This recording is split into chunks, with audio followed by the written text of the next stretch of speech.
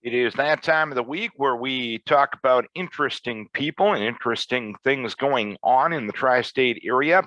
It is time for Our Town here on 94.9 and 99.1 The River. My name is Darren Swenson. Our Town, as always, brought to you by Decorah Bank and Trust. Coming up a little bit later on in the program, we'll talk to Steve Vandenbrink. He is the Public Information Officer for the Decorah Fire Department. Next week, they will have an open house at their new fire training facility in Freeport. Next week is also Fire Prevention Week as well. So we'll touch on all aspects of fire service with Steve. Next Tuesday night, the Decorah Viking volleyball team, currently sitting with a record of 20-2, will host Charles City, and the volleyball team is making that mental health awareness night. And to talk about what's going on next Tuesday night, Decorah Viking volleyball player Ellie Luzum will join us. But our first guest this morning is Marla Loecke. She is the operations manager for both the Decorah and Dubuque offices of IowaWorks. And a new initiative started yesterday. It's Walk-In Wednesdays, a new way to connect people looking to hire employees and employees looking for work. We did this interview on Tuesday, so some of the references referred to yesterday's events in Decorah, but this will be an initiative that will keep going pretty much every other week at the IowaWorks office on Winnebago Street in Decorah. We will have that conversation now. Marla Loecke from IowaWorks will be our first guest this morning on Our Town on 94.9 and 99.1 The River. Our guest now is Marla Loecke. She is the operations manager for the IowaWorks centers in Decorah and Dubuque, and she's here to talk about a new initiative between Iowa Workforce Development and IowaWorks called Walk-In Wednesdays. Marla, first of all, thanks for taking the time. Yeah, thanks for having me. Tell us about Walk-In Wednesdays, a simple title and a new initiative. What does it all entail? Yeah, so what we are doing in our IowaWorks Center in Decorah and Dubuque, actually on the same days, is we are doing Walk-In Wednesday, which is a career fair. So we will have employers in our center, and we would love to have as many job seekers come so that they can meet with employers, talk to them, ask questions of them, see what jobs they have open, and then see if they're interested in applying. Is this a kind of a new way of connecting employers and employees? Because seemingly there's a lot of jobs open. There's a lot of people looking for work, and those matches right now just aren't getting made. Is this a new initiative to try to bring the two sides together? Well, it is to a standpoint. We were doing prior COVID, we were doing career fairs in our offices as well. So since the pandemic, though, this is getting back and going into providing those services again so that we can help the employers and help the job seekers make those matches together. So this will be our first one that we will be doing in office here in Decorah for the Walk-In Wednesdays. Our goal is to have them every other Wednesday going forward. We're going to see how they go, get employer input on those, and then also see if we need to do additional ones in between or how we need to do that going forward for everybody. And how often are you planning to do these Walk-In Wednesdays? So right now we're planning every other Wednesday. So tomorrow would be our first one. And then we'll have another one then in 2 weeks in October. And we've already got some employers that are interested and lined up for that, but we would love to hear from as many employers as possible that would be interested in being a part of this going forward, or really any other ideas they have for hiring events in the area as well. And if an employer is interested in using this service, how do they touch base with you guys? Yeah, so what they want to do is just call our office, or if they're in the Decorah area, to stop in our office and just talk to one of our career planners. But they can always call us as well, or email our Dubuque inbox, because we check those regularly as well, so that we can reach out to you guys and see what the needs are and what we can do for you going forward. As for potential employees looking to take advantage of this, is there any registration necessary, or is it a case of just showing up at the IowaWorks office and having a conversation? Right, it's a little bit of both. So what we want you to do is just stop in, and then we'll touch base with you as you walk in the door to see what you're looking for, what we can help you with today.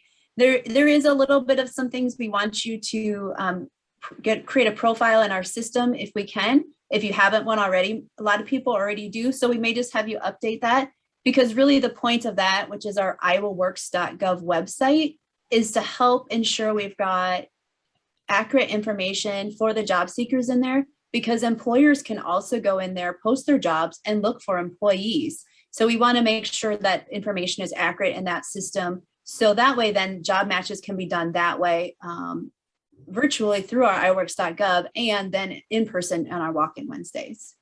And when will this service be available? When is the schedule for tomorrow? And are you planning pretty much the similar time in future dates, or does that remain to be seen? Yeah, so tomorrow our times are from 11 a.m. to 2 p.m. And that is our plan, to try and keep it at that time so it's consistent going forward. But again, we'll see how it goes. So if we get some input from job seekers or employers that a different time would be better, then we'll definitely take a look at that as well. Anything we're missing, Marla? Anything else you want to pass on regarding this new initiative? Well, I would just say, even past Wednesday, if anybody is looking for work, please stop in, even, no matter what your age is, because we've got a lot of different openings. We've got a lot of relationship with employers that we can really help get you matched up with them. We also are doing workshops to help people be work ready. So when they're applying for jobs, they've got the best chance at getting them.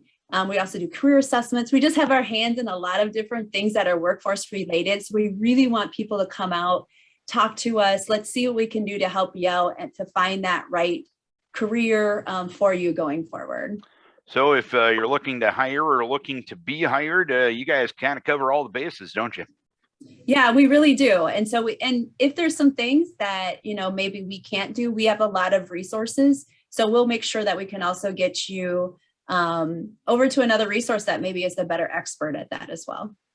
All right, Marla, we appreciate you taking some time to talk about Walk-In Wednesdays beginning tomorrow at the Iowa Workforce or the Iowa Work Center in Decorah. And it sounds like it's going to be a initiative that will keep going, and hopefully the people looking for work and the people looking to hire people can get connected and go from there. We appreciate you taking the time to tell us about this new initiative. All right. Thank you so much. We hope to see everybody tomorrow. Marla Loecke is the operations manager for IowaWorks in Decorah and Dubuque. Walk-In Wednesday, 11 to 2 tomorrow. Here we go. The Decorah Viking volleyball team has had a great season on the court, and they're making a difference off the court. And here to tell us about a night they have coming up next week is Ellie Luzum, a Decorah Viking volleyball player. And next Tuesday night, as Charles City comes to town, you're going to have your mental health awareness night. Ellie, tell us how you guys came up with the idea to support such a good cause. Yeah, so we are going to be participating in a fundraiser for Step Up and Reach Out Suicide Awareness Walk that occurred on September 25th. And all proceeds will go to the materials and suicide prevention education in area schools as well as local communities. And the Decorah volleyball team is pledging to donate $2 for every kill, dig, and ace serve that Decorah has during our NEIC match against Charles City on October 5th. We invite families, organizations, or businesses to join us in pledge to donate to this cause. If you wish to pledge, please let us know by October 4th. Any pledge is welcome. The pledge, or if you want to pledge or donate, call 382-3643 and extension 1203, or you can email Coach Reckord at JackieReckord@decorah.k12.ia.us. And how does it make you feel as a student athlete to be involved in something that's kind of bigger than yourself and bigger than the game itself, and to raise awareness of such an important cause? I mean, I see these problems all the time. And I think it's just very important to raise awareness to it and just know that everyone is here to help everyone. And how'd you guys come up with the idea to kind of raising on how you guys do next Tuesday night with the hopefully a lot of positive play on the court? How'd you guys come up with the idea to kind of coincide how you play on the court to the funds that you will raise? Well, we came up with the idea. Well, we had the idea last year, and I think we played Charles City last year doing the same event. So I think we're just going to keep continuing to raise the awareness to it. And yeah. And obviously, other people can get involved with this. I know your team is pledging $2 for every kill, dig, and ace serve. And I'd imagine anybody in the community is welcome to contribute to the cause. Is that correct? Yes, anyone can. Or really beyond the community too, correct? Yeah. So, and give us the final who, what, where, when, and why, and invite people to get involved with your mental health awareness night next Tuesday night, Ellie. So anyone can come. We hope to have a big crowd, and it's always fun to play with a big crowd. And you can come. You can support on October 5th. And let's see, the varsity game starts around 7:30, and you can pledge anything you want. And yeah. All right, and hopefully that dig and kill and ace results in 75 and maybe a little bit more if you guys go 4 or 5 sets in that night. And obviously, you guys are having a very good season to this point, 13-2, ranked number 14 in the state. What's making it work for you on the court this year? Well, we just try to have fun with each other. We've really learned to play as a team, and we are able to adapt to new things very quickly. So it comes real handy to different games. All right, Ellie, we appreciate taking some time to tell us about your mental health awareness night coming up next Tuesday night. Congratulations on being part of something bigger than yourself and bigger than the game of volleyball. And best of luck, and hopefully you guys can keep the positivity going on the court as well. Thanks for taking the time. Yes, thank you. Ellie Luzum joining us, Mental Health Awareness Night for the Decorah volleyball team next Tuesday night as the Vikings take on Charles City. Coming up next week, the Decorah Fire Department will hold an open house for its fire training center located out near Freeport. And with us to talk about that event and the training center itself, the public information officer for the Decorah Fire Department, Steve Vandenbrink. And Steve, I know the training center has been open and it's been being utilized by your department and other departments for quite some time now. What has this training center allowed you to do that perhaps you had to travel further distances to do in the past? Well, this training center has helped the Decorah Fire Department as well as the other area fire departments into giving us a opportunity to every night that we have our training to actually train with live fire, train in realistic situations, to where before we maybe just had to mock something up or had a very, very limited ability to smoke up a abandoned house or one of our stations. Here we have that opportunity to do live fire. We can do rescue. We can do 3 stories. We can do rope rappelling. Everything that the fire service has turned into, from just fighting fires to now being all-encompassing, all hazards response. So that has really helped us in all of that training, which we do a lot of training. We train 3 nights a month, and usually 2 to 3 hours per night. And it's not, sit down, shoot the shit, and talk about what may have happened or what could happen.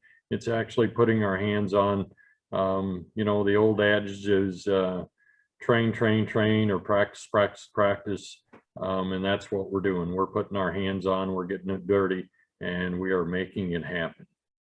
I know you've been with the fire department for quite some time. The whole process of training and getting ready for those situations that you hope to never have, but you know you will.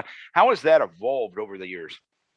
Well, I've actually been on the department for 29 years and been a training officer for part of that time frame. Training has always been something that we really focus in on, making it as realistic as possible. And maybe if we get a live fire exercise every couple of years, that was probably the best. There were some years that we couldn't even do a live fire without having the state bring in a trailer, or the state bring in some type of other training prop. And here we have that here with us every day. We can go out there, you know, next Wednesday and light a fire and have all of our firefighters really understand the heat, the way fire reacts, and the way the smoke builds and all that fuel load. It's just really awesome to have this available, and not have to worry about lining something up through somebody else, and then hopefully it all works out. And next week, you're going to invite the public out to kind of show off the facility. I know that's something you guys have been wanting to do, but with the way the world has been, events like that weren't exactly allowed over the past year and a half. But tell us about the open house next Wednesday night. What will all be going on then? So next Wednesday night on October 6th, we'll actually have an open house, and we'll start about 5 o'clock. And you can park over at the county shop and come on over. We've got some food being served from the Lynch Family Foundation, and we'll have some exercises going on. We've got a grain bin exercise that we'll be doing. We've got a couple live fire drills that will actually be actually showing how fire behaves. We have a high point pickoff with a rope rescue, as well as having our equipment there, and the firefighters there just to mingle with everybody, understand what we do, who we are, and you know, hopefully we can pick up a few more volunteers as well. And picking up those volunteers, I know volunteerism really in any facet of society is down, just because a lot of people are really busy with families and jobs, and sometimes working multiple jobs to make ends meet. If people are interested in becoming a volunteer firefighter, how do they do so? Well, to become our volunteer firefighter, we want you to come and experience our drills.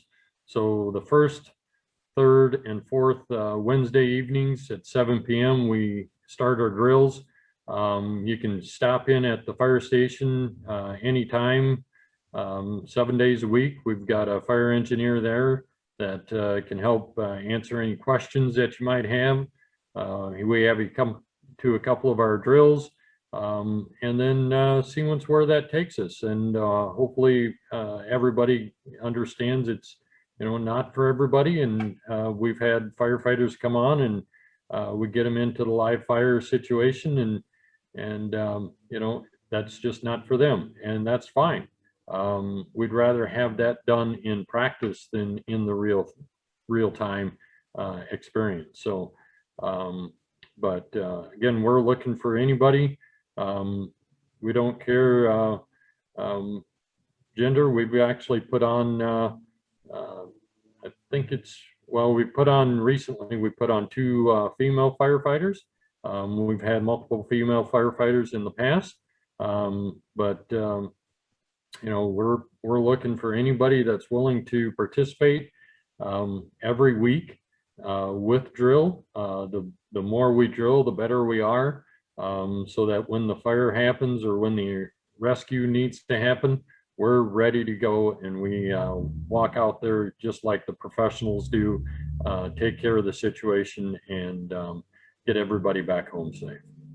And the events like you're having next week out at the fire training facility, how important is it to show the public what you do and what you're all about, to kind of just add to that confidence that if the public ever needs you, they know you're going to be ready for and willing to do the job. Yeah, it's very important to show the public that, you know, over the last 2 years, we really put this training center together. We've been able to accommodate donations in excess of $100,000 or $150,000. Just, it's a wonderful opportunity for us to have here, resource.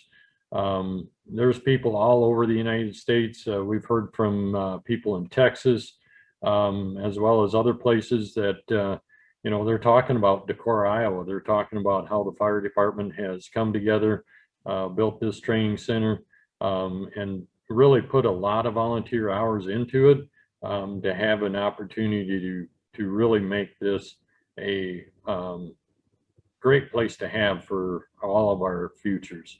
Not only those who currently serve, but those who are going to serve the fire department and have the opportunity to actually get hands-on live fire. That's the biggest scary thing right now. You know, it's not like we did 30 years ago. We have all kinds of different things in our homes. Makes it even more toxic for us to be in there. And if we know how the fire is going to react, we can better react to that call for help.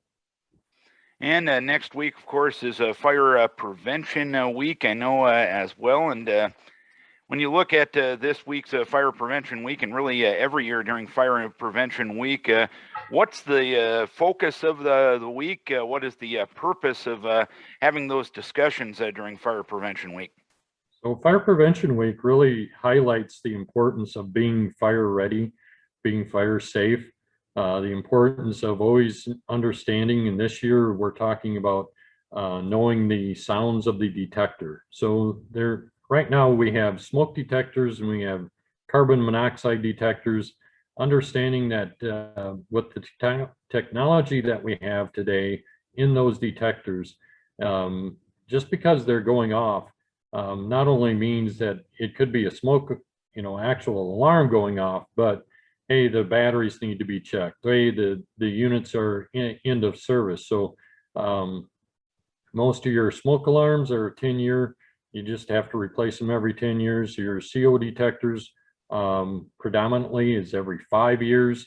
When you get the combination, you really want to take a look at those combination detectors. Find out, most of them will just say 10 years and you buy a new one.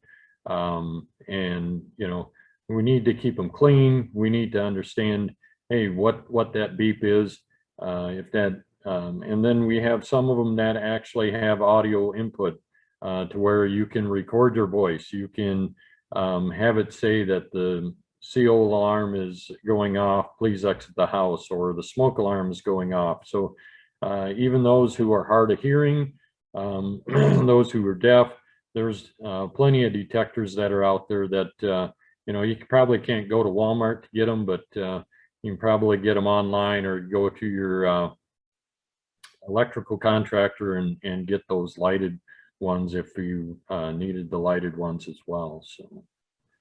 Anything we're missing, Steve? Anything else you want to pass on to the public, as long as you got the floor this morning? Well, I would like to bring out a point that not only on Wednesday night that we're having the open house, but on Saturday we brought back Touch Truck. So last year with COVID, we didn't have Touch Truck. Well, this year we're bringing back Touch Truck, and that'll be Saturday, October 9th. Start at 11 o'clock in the morning, run till 1 o'clock in the afternoon here at the fire station. Come have some hot dogs, chips, and take a look at your fire trucks, get a picture with a firefighter, as well as all the other large equipment that normally the kids don't get to see. All right, Steve, we appreciate you taking some time to tell us about the fire training facility, fire prevention week, and the open house that you're having out at the facility. And just on a personal note, I know you guys don't do this for the recognition, but having seen what you do for the fallen firefighters. I know just last week with my Uncle Dave passing away and you guys showing up, having the honor guard and the ceremony during the burial and everything like that. That's a really a tremendous and beautiful, touching tribute to fallen firefighters. And on behalf of myself and my family, I want to thank you guys for that. We thank you for that, and we take great pride in that. All right, Steve Vandenbrink, thanks for the time this morning, and thanks to all the members of the Decorah Volunteer Fire Department for all they do for our community.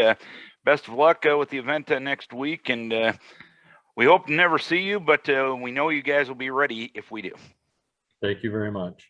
Steve Vandenbrink from the Decorah Fire Department, open house next Wednesday night at the fire training facility. Our thanks to our guest on the program this morning, Marla Loecke from IowaWorks office in Decorah and Dubuque. Every other Wednesday, they're going to have walk-in Wednesdays where an employer is going to come in and say, hey, we're hiring. And if you're looking for work, you can stop by IowaWorks every other Wednesday from 11 until 2. The IowaWorks office in Decorah is located at 312 Winnebago Street. The Decorah volleyball team going to be playing for a good cause next Tuesday night. Ellie Luzum, Decorah Viking volleyball player, joined us to talk about their mental health awareness night next week. And we want to thank Steve Vandenbrink, the public information officer from the Decorah Fire Department. Next Wednesday night, they'll have a open house at their new fire training facility in Freeport. And next week is also Fire Prevention Week as well. So we thank those three guests for joining us on the program. Don't forget, each and every week, we put these shows on YouTube so you can actually see the people that we talk to about community events and community information each and every week. And we post those to our social media channels as well. Our thanks to our guest, our thanks to our sponsor, Decorah Bank and Trust, and most importantly, thanks to you for tuning in, for logging on, or for watching our town on 94.9 and 99.1 The River.